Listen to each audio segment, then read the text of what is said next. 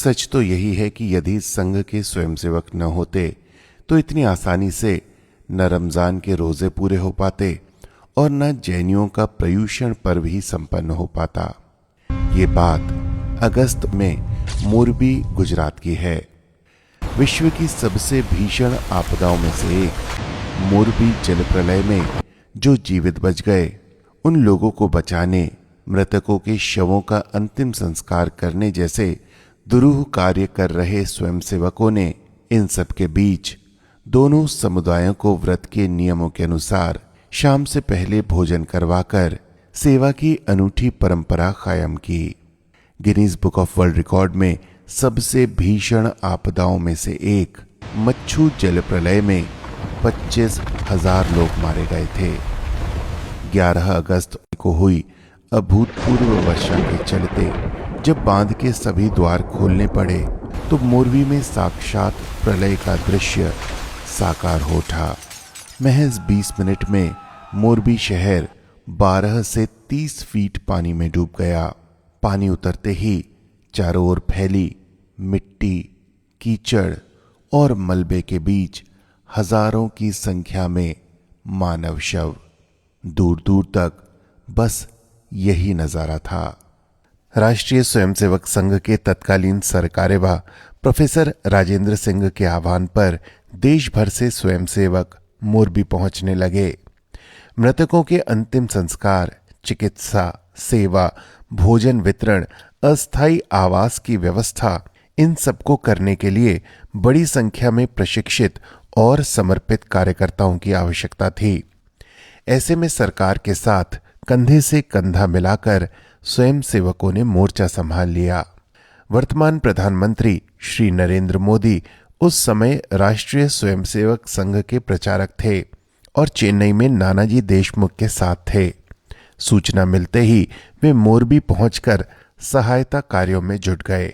स्वयंसेवकों के साथ मिलकर उन्होंने शांतिवन आश्रम से 12 एवं एक वृद्धाश्रम से 13 सड़ चुके शवों को कपड़ों में लपेटकर शमशान घाट पहुंचाया और अंतिम संस्कार किया।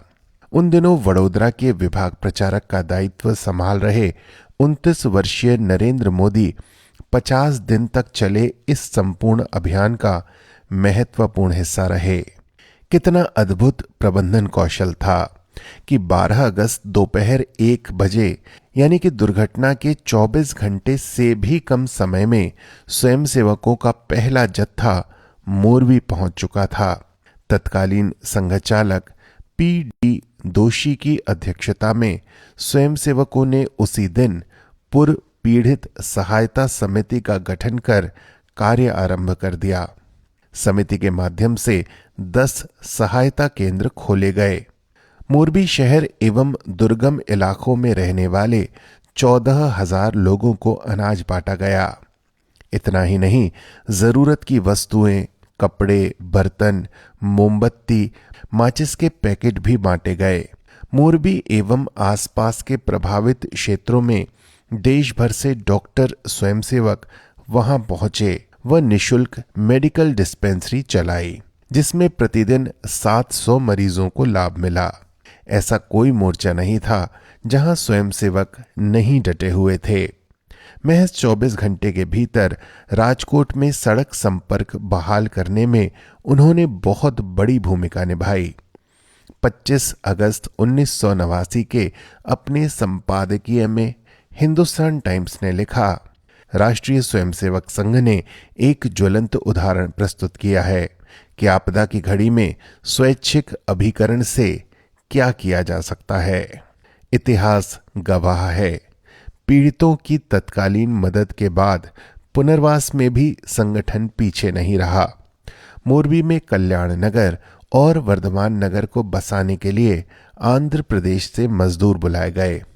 बेघर हो गए निर्धन परिवारों को 500 पक्के घर भी बनवाकर दिए गए। बिजली की बहाली के लिए सरकार द्वारा भेजी गई स्ट्रीट लाइट्स को लगाने में भी स्वयंसेवकों ने मदद की। कुओं की सफाई, जल के स्रोतों की पुनर्स्थापना से लेकर स्कूलों की मरम्मत तक में स्वयंसेवक जुटे रहे। मोरबी जल प्रलय में संघ कार्य ने आपदा प्रबंधन और सामाजिक सेवा में आने वाली पीढ़ी के स्वयंसेवकों के लिए एक रोल मॉडल खड़ा किया। संघ के प्रखर आलोचक रहे इलस्ट्रेटेड वीकली मैगजीन के संपादक श्री M.V. कामथ ने लिखा था कि आप संघ के बारे में कुछ भी कह लें, परंतु जब उनके सामने अपने देशवासियों के सेवा का प्रश्न आता है तो वह सहर्ष इस कार्य में जुट जाते हैं और बदले में कुछ नहीं चाहते। वीकली मैगजीन में एक चित्र भी नहीं।